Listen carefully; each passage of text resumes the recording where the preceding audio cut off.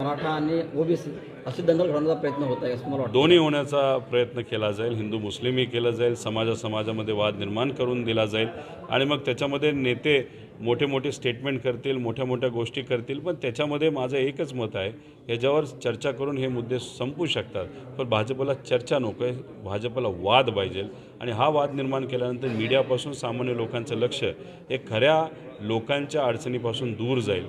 आज विद्यार्थ्यांच्या अडचणी आहेत, नोकरीच्या अडचणी आहेत, शेतकऱ्यांच्या अडचणी आहेत, महिलांच्या अडचणी आहेत, शहरी भागातल्या वेगळ्या, ग्रामीण भागातल्या वेगळ्या, पण त्याच्यावर कोणी चर्चा करत नाही. आज हा नेता काय बोलला, तो नेता काय बोलला, याच्यावरच आपण चर्चा करतो.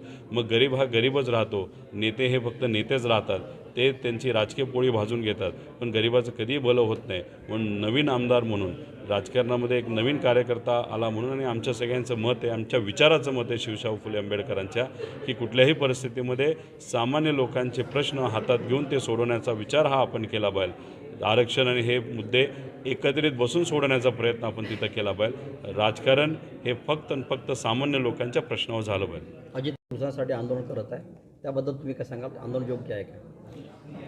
बघा कसं असतं की लोकांच्या मनामध्ये, शेतकऱ्यांच्या मनामध्ये ज्या गोष्टी आहेत त्या कुठंतरी एखादा नेता पुढे घेऊन जात असतो. रेट हा जास्त मिळाला पाहिजे, नक्कीच शेतकऱ्याच्या भल्यासाठी आहे, पण त्याच्यामुळे संस्था कुठली अडचणीत नाही आली पाहिजे हे सुद्धा बघितलं पाहिजे. आणि ही चर्चा होत असताना एकत्रित बसून मार्ग हा निघू शकतो, कारण शेवटी कारखाना पळून जात नाही.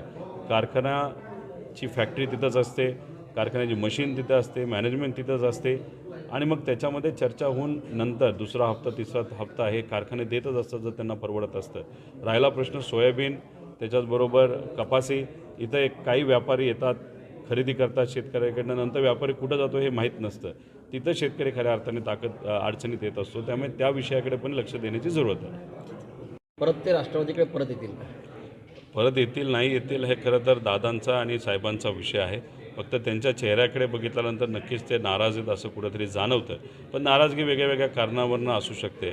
भाजपची प्रथा अशी आहे की नेत्यांना दुसऱ्या पक्षातून आपल्याकडे आणायचं, खोट्या आश्वासनं तिथं द्यायची आणि ती आश्वासनं पूर्ण नाही करायची. एकदा भाजपबरोबर गेल्यानंतर लोकांचा पाठिंबा निघून जातो.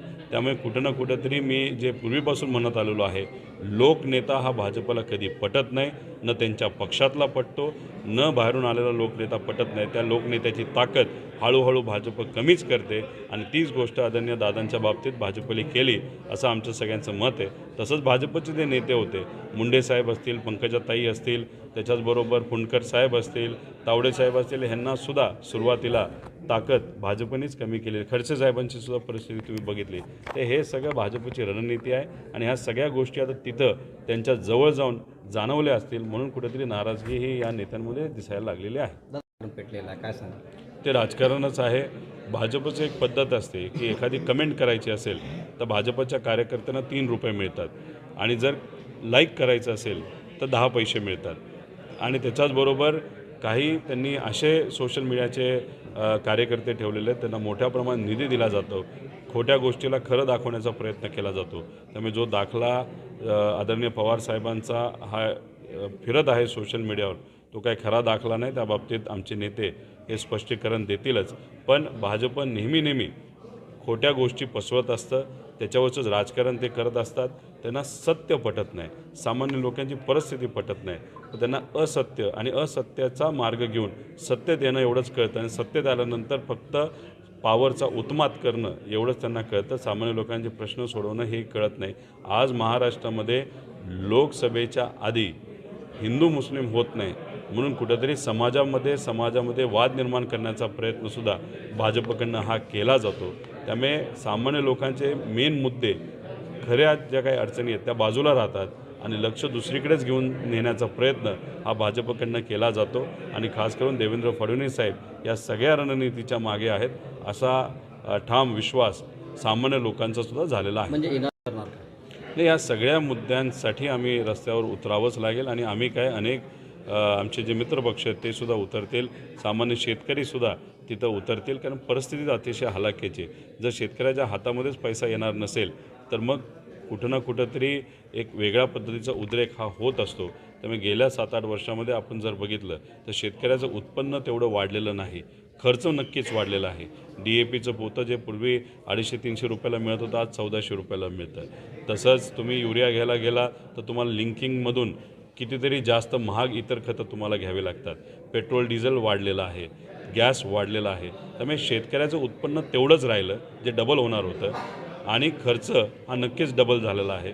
त्यामुळे नुकसानात आहे शेतकरी आणि हे सगळे मुद्दे आम्ही युवा संघर्ष यात्रेमध्ये घेतच आहोत. त्याच्याचबरोबर हे सर्व जे आमचे पदाधिकारी आहेत, जे लोकांच्या विचाराला निष्ठावंत आहेत, ते लोकांच्या हितासाठी मोठ्या मोठ्या आंदोलनं तिथं नक्कीच करतील. शरद दादा, दिवसभर. पश्चिम महाराष्ट्रात मोठ्या प्रमाणात राजू शेट्टींचं उसाचं आंदोलन सुरू आहे आणि विरोधक मात्र कुठली भूमिका घ्यायला तयार नाही, काय सांगाल?